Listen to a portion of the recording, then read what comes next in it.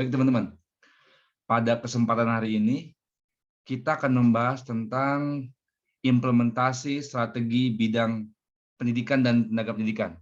Wah, saya baru lihat nih ada Ihsan Laili nih. Hadir Ihsan. Hadir, Pak. Hadir. Waktu minggu sebelum bulan puasa, Bapak tanding bola sama Ihsan nih. Kalah kalau nggak salah Bapak kemarin sama dia. Oke, siap. Bismillahirrahmanirrahim. Teman-teman, hari ini kita akan membahas tentang bagaimana melaksanakan strategi di bidang SDM, tapi di lembaga pendidikan. Kalau kita bicara tentang SDM di lembaga pendidikan, berarti kita bicara di dalamnya ada pendidik dan tenaga kependidikan. Pendidik, teman-teman, dalam konteks lembaga pendidikan, bisa guru, dia pendidik. Kalau di kampus, dosen. Kalau di kejar paket A, paket B, paket C, namanya tutor. Kalau di lembaga-lembaga diklat, namanya widyaswara. Itu semuanya pendidik. Saya ulangi, ada guru di sekolah, ada dosen di kampus, ada tutor di PKBM, Pusat Kegiatan Belajar Masyarakat. Ada yang disebut Widya Iswara, itu pendidik juga, tapi lembaga yang tempat dia mendidik itu berbeda-beda. Nah, tapi semua konteksnya pendidik. Yang kedua, kita kenal dengan istilah tenaga kependidikan. Banyak teman-teman yang masih rancu dengan dia nyebut tenaga kependidikan aja, padahal beda. Tenaga pendidik itu tugasnya melakukan proses belajar mengajar di kelas. Guru, tutor, dosen, widyaswara itu tenaga pendidik namanya. Kalau tenaga kependidikan itu mereka yang tugasnya mensupport, membantu kelancaran pelaksanaan proses pembelajaran, bukan melaksanakannya, dia mensupport sifatnya. Siapa dia? Ada tenaga administrasi sekolah, kita kenal TAS atau TU. Nih, kalau disebutnya TU itu udah masa lalu banget. Sekarang istilahnya tenaga administrasi sekolah. Ada laboran, ada pustakawan, ada ada bendahara, wakasek, itu semuanya tenaga kependidikan. Bahkan teman-teman di undang-undang terbaru, kepala sekolah itu tenaga kependidikan. Dia itu pendidik yang diberikan tugas tambahan sebagai kepala sekolah. Sama Bu Rektor itu dosen. Dosen yang diberikan tugas tambahan sebagai rektor. Pak Dekan juga tenaga kependidikan dia. Dosen yang diberikan tugas tambahan sebagai dekan gitu. Maka yang kita bahas pada siang hari ini adalah bagaimana implementasi sebuah strategi untuk mengelola SDM di sekolah. Agar apa? Agar mereka semuanya bisa mencurahkan segenap kemampuannya. Untuk apa? Untuk melayani stakeholder sekolah. Siapa stakeholder sekolah? Siswa, orang tua, masyarakat, itu adalah stakeholder sekolah. Itu semuanya perlu dikelola agar mereka mencurahkan kemampuannya untuk melayani stakeholder sekolah. Pada akhirnya stakeholder sekolah merasa puas dengan layanan sekolah. Oh, misalnya Tewinda datang ke TU, dilayani dengan sopan, dilayani dengan cepat, dilayani dengan bermutu. Pasti Tewinda puas. Maka dia akan memberikan respon positif kepada sekolah. Teh Rohana datang ke TU, Pak, saya mau minta kartu hasil studi nilai misalnya. Jutek TU-nya, lambat kerjanya. Entar dulu, tunggu di luar, nanti dipanggil. Ngantri di luar, nggak dipanggil-panggil. Pasti responnya tidak puas. Teman-teman, tolong diingat. Di era pendidikan modern saat ini, siswa, mahasiswa adalah customer. Dalam istilah customer, ada namanya customer satisfaction. Kepuasan pelanggan. Itulah tujuan dari lembaga pendidikan sekarang. Dosen ngajar biar bermutu, agar apa? Agar customer puas. TU melayani dengan sopan, dengan etika yang baik, dengan cepat, dengan akurat, dengan kalau perlu via WA juga bisa melayani. Agar apa? Agar stakeholder puas, konsumen puas. Itu sekarang terminologi dari sekolah modern. Sekolah modern bukan menunjukkan tugas yang banyak, hukuman-hukuman guru kepada siswanya. Zaman-zaman dulu banget itu. Hari ini siswa itu pembeli. Hari ini mahasiswa itu customer yang harus dilayani secara prima agar dia puas dengan layanan yang bermutu yang diberikan oleh lembaga pendidikan. Nah, kita ke depan sebagai administrator pendidikan, kita ke depan sebagai penyelenggara pendidikan harus bisa men-setting semuanya harus bermutu. Siswa datang depan gerbang, gerbangnya bagus, tamannya indah, parkirannya rapi, security-nya ramah, ucapan selamat datang buat siswa yang datang, kan keren banget itu. Datang ke kelas, kelasnya lengkap, kelasnya nyaman, fasilitasnya bermutu. Datang gurunya berkualitas, punya kompetensi mengajar yang bagus, punya intelektual yang tinggi. Anak terlayani kebutuhan pendidikannya. Jam istirahat, kantinnya sehat, kantinnya menjual menu-menu yang bermutu. Coba, bagaimana tuh sekolah bisa menyelenggarakan layanan sehebat itu? Cuma anak MPI yang paham itu. Kenapa kita belajar tentang bagaimana customer satisfaction, bagaimana administrasi pendidikan. Kita kuliah manajemen mutu pendidikan. Mutu sampai sana, teman-teman.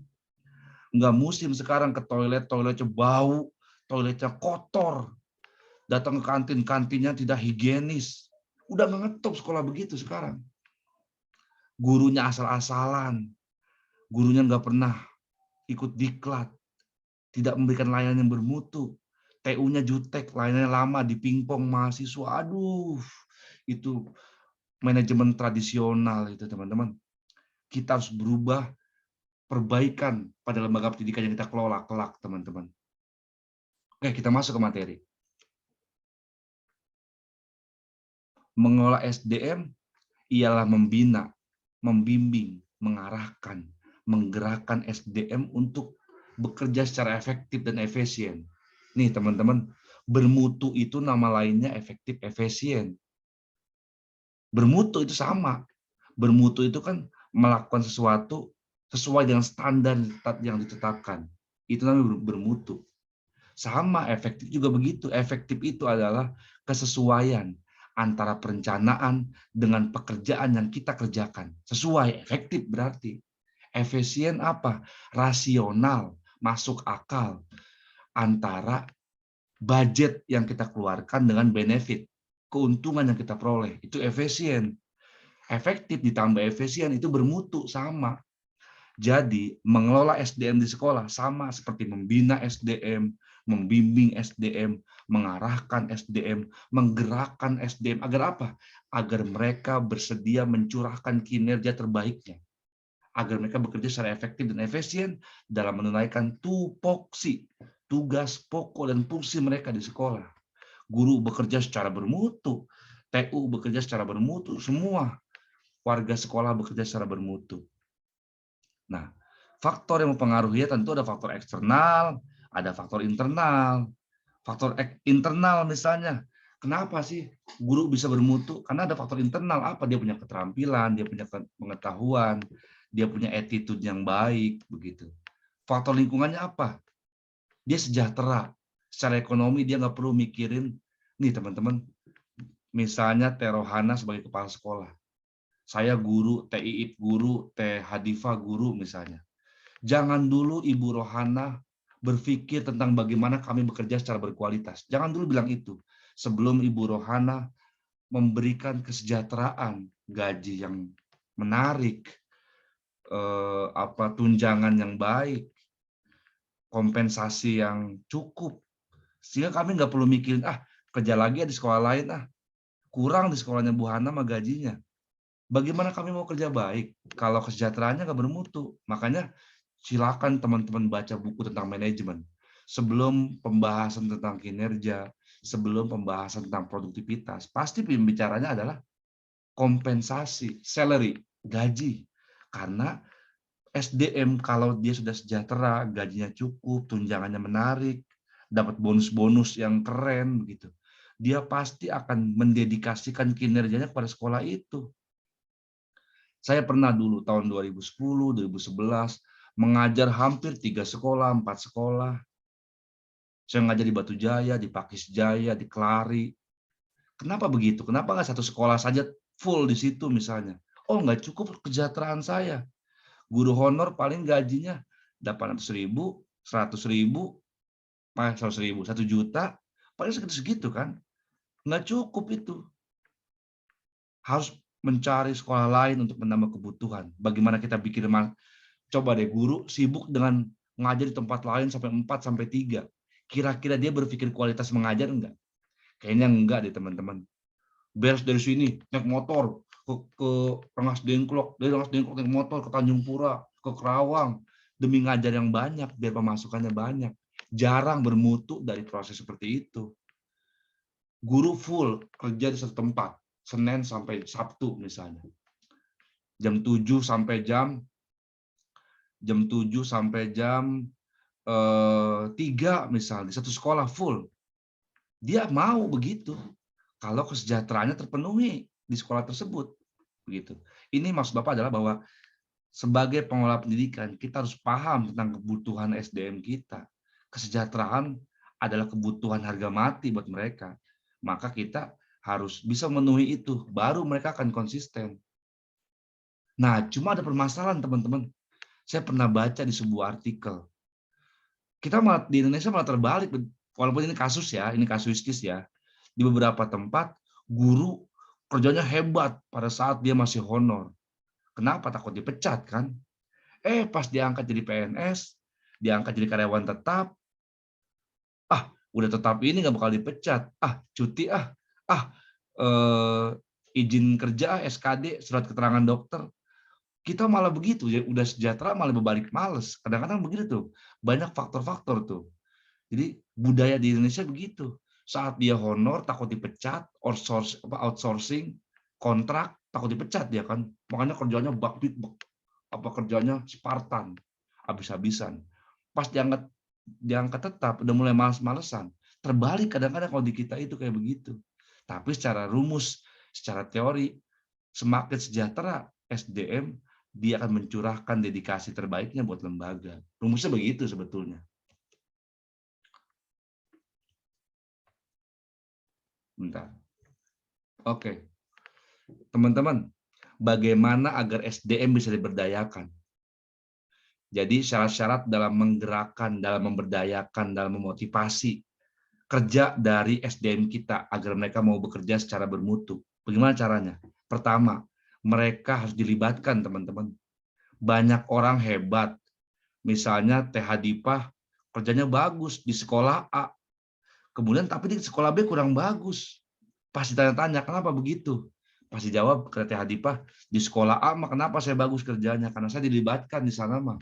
Keberadaan saya dipertimbangkan, pikiran saya diterima, gagasan saya didengar, saran saya, masukan saya diterima di sana mah.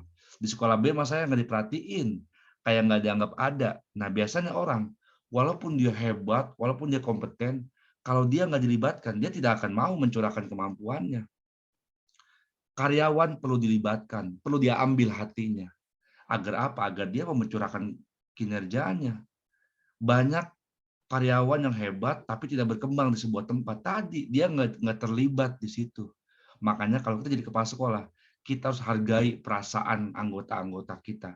Kita harus tampung saran, masukan, pikiran, gagasan dari guru-guru di sekolah kita.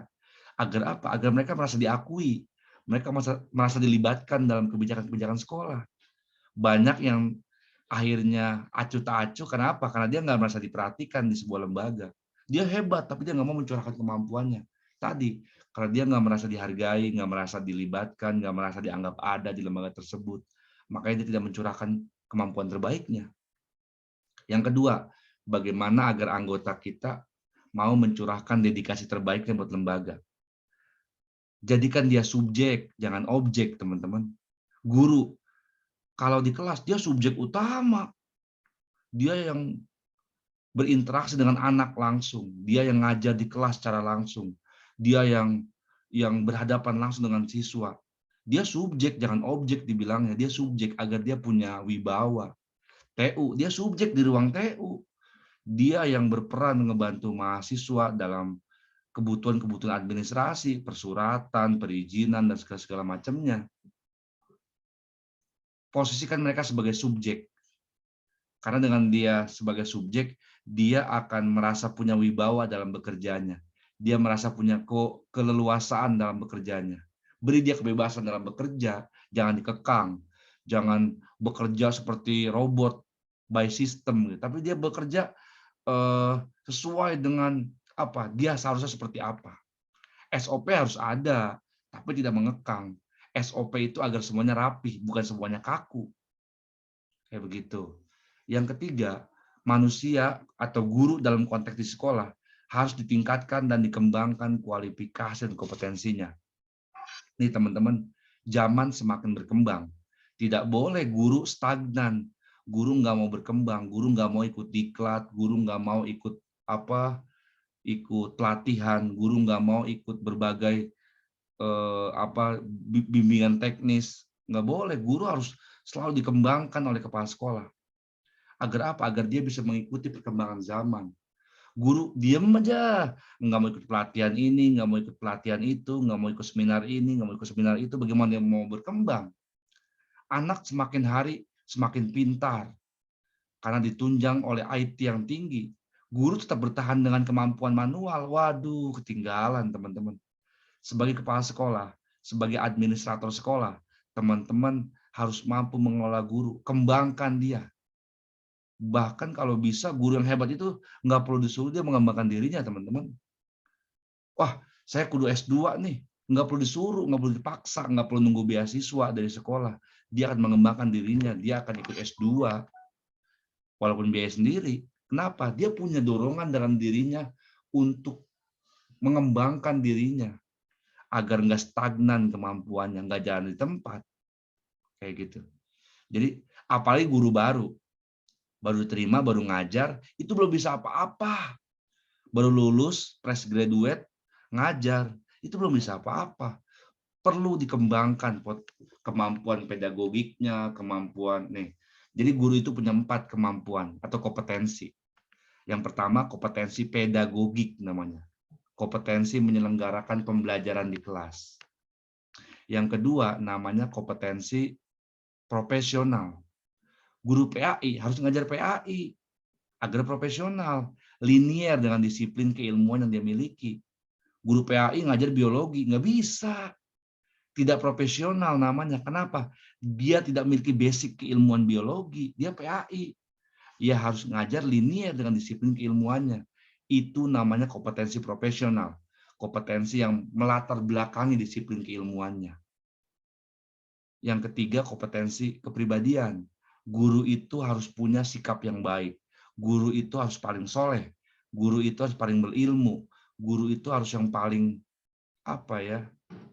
beretika. Kenapa? Dia kompetensi kepribadian. Bagaimana dia mau digugu dan ditiru kalau dia nggak punya kompetensi kepribadian? Bagaimana dia mau jadi role model kalau dia nggak punya etika yang baik? Yang keempat namanya kompetensi kesosial. Pedagogik, kemampuan mengajar, profesional, linier dengan disiplin keilmuannya, kepribadian, punya etika, punya perilaku, punya karakter yang baik. Yang keempat, kompetensi sosial. Guru harus supel bergaul di masyarakat. Guru harus punya kemampuan membina hubungan baik di masyarakat. Guru harus punya citra positif di masyarakat. Siapa gurunya? Teh Hadipah, Pak Ilham. Oh iya, wajar dia mah misalnya di kampung juga begini begitu begitu. Artinya guru harus punya kompetensi sosial itu agar dia punya image positif di masyarakat. Sehingga masyarakat percaya bahwa dia betul-betul layak untuk menjadi seorang pendidik. Nah, itu adalah kompetensi-kompetensi yang perlu dimiliki oleh seorang pendidik profesional, teman-teman. Selanjutnya,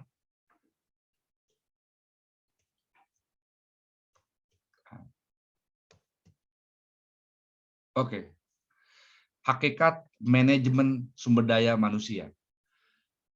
Hakikat dari MSDM atau manajemen sumber daya manusia ialah sebuah tindakan untuk mengelola SDM dalam menggunakan alat kerja untuk mencapai sasaran kerja dalam suatu lingkungan atau lembaga organisasi. Begini maksudnya teman-teman. Lihat diagram ini. Ini adalah organisasi. Organisasi harus mengelola SDM-nya. Katakanlah sekolah. Sekolah harus mengelola para guru, para tendik yang ada di sekolahnya. Dikelola agar apa? Topang dia dengan alat kerja yang memadai. Dukung dia dengan sarana prasarana yang memadai. Begini, TU kerja nggak didukung dengan IT yang tinggi, nggak didukung dengan sistem, nggak didukung dengan alat kerja online, komputer yang canggih. Bagaimana dia mau kerja dengan baik? Guru datang ke kelas nggak disediain infokus, nggak disediain sarana prasarana, nggak disediain media alat bantu mengajar. Bagaimana dia mau kerja? Jadi teman-teman, hakikat mengelola SDM adalah bagaimana SDM ini dikelola, didukung dengan sarana yang memadai, ditopang dengan alat kerja yang canggih, agar apa? Agar guru dapat mencurahkan kerjanya secara efektif dan efisien. Guru disuruh kerja aja, udah, Pak, ngajar silakan di kelas 10A misalnya. Terus buku saya mana? Infokusnya mana? Whiteboard spidolnya mana? Perlu praktek mana? Labnya. Lah, bagaimana kerja akan berkualitas? Jadi mengelola SDM sama seperti mengelola SDM kemudian harus ditopang juga dengan media yang memadai, alat kerja yang memadai, sarana yang memadai, agar dia terbantu dengan alat-alat itu yang pada akhirnya SDM akan mencurahkan kinerja terbaiknya, dedikasi terbaiknya untuk lembaga gitu. Jadi selain direkrut, diseleksi, dikasih gaji, disuruh kerja, udah aja begitu. Wah, nggak lengkap. Dukung mereka, topang mereka dengan alat kerja yang memadai, sarana prasarana yang memadai. Baru dia akan mampu bekerja secara efektif dan efisien. Nah, ini langsung nih. Oke, teman-teman. Ini adalah tahapan-tahapan dalam merekrut SDM. Tahapan-tahapan dalam merekrut SDM. Guru kalau di sekolah ya, tendik kalau di sekolah tuh. Sebelum direkrut apa? Analisis dan perencanaan kerja. Itu penting, teman-teman. Misalnya Ihsan sebagai kepala sekolah. Dia perlu merekrut seorang guru. Misalnya dia butuh satu orang guru IPA misalnya. Buat kriteria. Oh, sekolah kami membutuhkan guru untuk mata pelajaran IPA. Kriterianya satu, S1 IPA misalnya. Usia maksimal 30 tahun misalnya. Diutamakan yang berpengalaman minimal 2 tahun mengajar misalnya. Kemudian mampu menyelenggarakan pembelajaran dengan baik. Setelah dibuat kriteria-kriteria itu, baru buka open recruitment. Jadi kriteria itu adalah persyaratan, prasyarat yang harus dipenuhi oleh calon yang akan mengisi posisi agar dia apa? Agar dia mampu menempati posisi itu dengan baik. Ini teman-teman, dalam istilah rekrutmen ada istilahnya right man for the right place. Orang yang kompeten untuk posisi yang tepat. Right man for the right place. Jadi kalau kita menerima karyawan, jangan karena nepotisme, jangan karena dia saudara, jangan karena dia bawa uang pelicin, tapi terimalah dia karena right man for the right place. Orang yang tepat untuk jabatan atau posisi yang tepat juga. Kalau jabatan tidak dipegang oleh ahlinya, maka siap-siaplah keruntuhan sebuah lembaga, teman-teman. Jadi analisa dulu kita butuh berapa guru, perlu guru apa, buat kriterianya. Oh, kami butuh 2 orang guru misalnya. 1 guru biologi, 1 guru PAI misalnya. Berarti buat kriteria sesuai yang kita butuhkan. Nah, setelah itu direkrut. Open recruitment via WA, via sosial media, via pamflet, diumumkan juga di mana gitu misalnya. Datanglah pelamar melengkapi administrasi. Pak Ihsan, saya ngelamar kerja nih sekolah Anda. Oh, coba lihat berkas administrasinya, dilihat. Oh iya, S1, betul. Oh, tapi kok ente fisika? Kan saya butuhnya PAI. Maaf ya, nggak terima. Gitu. Artinya, harus kita penuhi tentang kualifikasi itu. Karena ini tentang profesionalisme. Tadi saya bilang, kompetensi profesional itu adalah guru mengajar linier dengan disiplin keilmuannya. Kayak gitu. Kemudian, tes keterampilan, biasanya kalau di sekolah micro teaching. Lihat kemampuan mengajar dia. Bisa nggak dia ngejar RPP, bisa nggak dia menyampaikan materi, bisa nggak dia menguasai kelas, bisa nggak dia mengelola diskusi dengan anak, bisa nggak dia membuat soal, bisa nggak dia memberi penilaian. Itu micro teaching namanya. Kalau di sekolah namanya tes micro teaching, tes kemampuan mengajar, pedagogik disebutnya. Pedos artinya anak-anak, gogis artinya pembelajaran anak-anak. Kalau saya sekarang nih di kampus nih, ngajar teman-teman, ngajar Teh Hadipah, ngajar Teh Iip, ngajar Kang Ihsan misalnya, ngajar Teh Winda, Teh Aini, itu bukan pedagogik, tapi andragogik. Andra artinya dewasa, gogik artinya pembelajaran. Pembelajaran yang dewasa, kenapa? Teman-teman udah tahu kenapa saya harus kuliah. Kalau saya nggak kuliah juga nggak apa-apa. Kenapa saya harus ikut kelas Pak Ilham? Punya alasan masing-masing. Namanya andragogik. Berbeda dengan anak SD, anak SMP, anak SMA. Dia ke sekolah karena rutinitas sebetulnya. Kalau nggak sekolah dimarahin sama ibunya. Dia ke sekolah, itu pedagogik namanya. Tapi teman-teman sudah mampu mengelola kebutuhan, sudah mampu mengelola harus masuk nggak saya nih kuliah, harus ikut nggak nih saya kuliah nih, saya butuh nggak nih mata kuliah ini nih. Itu namanya andragogik, pembelajaran di mana peserta didik sudah mampu mengelola, menetapkan kebutuhannya masing-masing.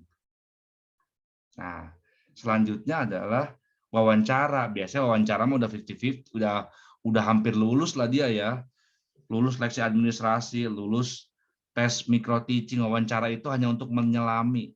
Kita ingin tahu lebih dalam tentang karakternya, tentang attitude-nya, tentang sikapnya sebetulnya.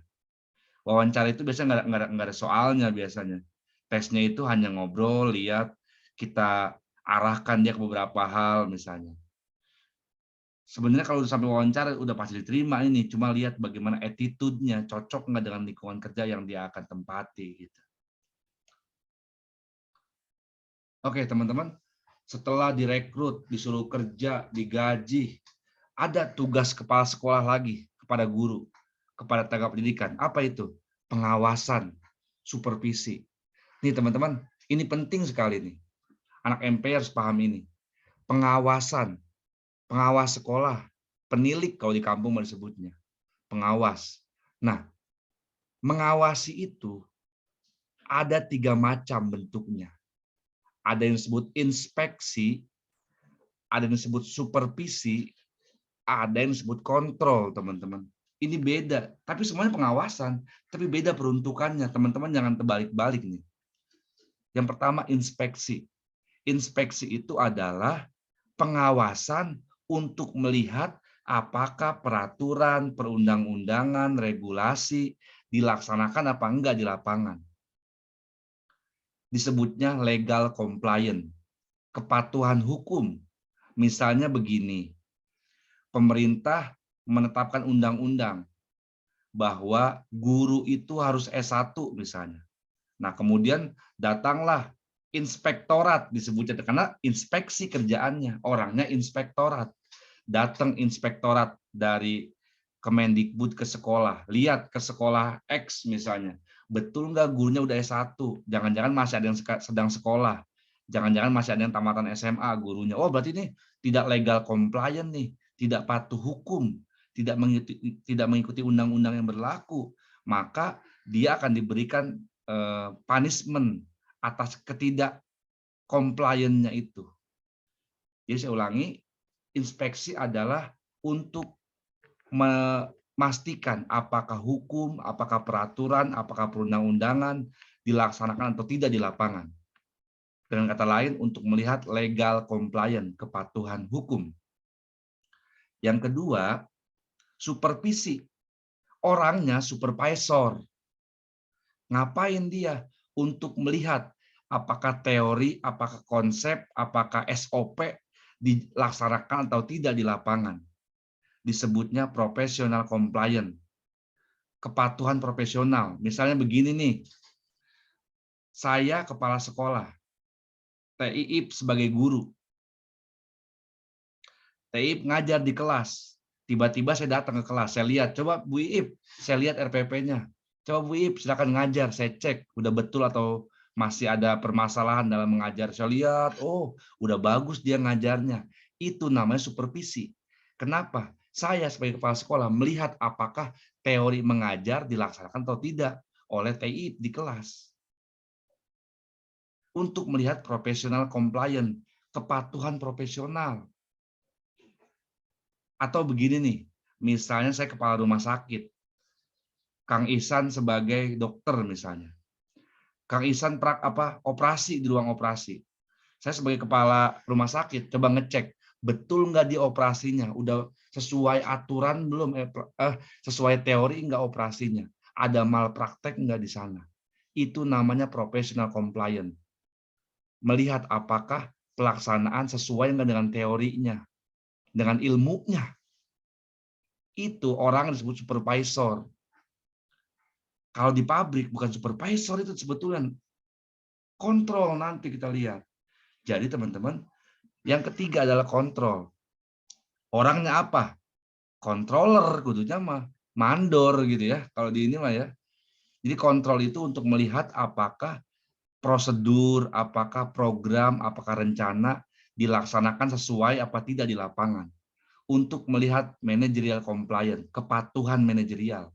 Misalnya begini nih, di sebuah perusahaan, seorang karyawan itu satu hari harus menghasilkan 10 produk misalnya.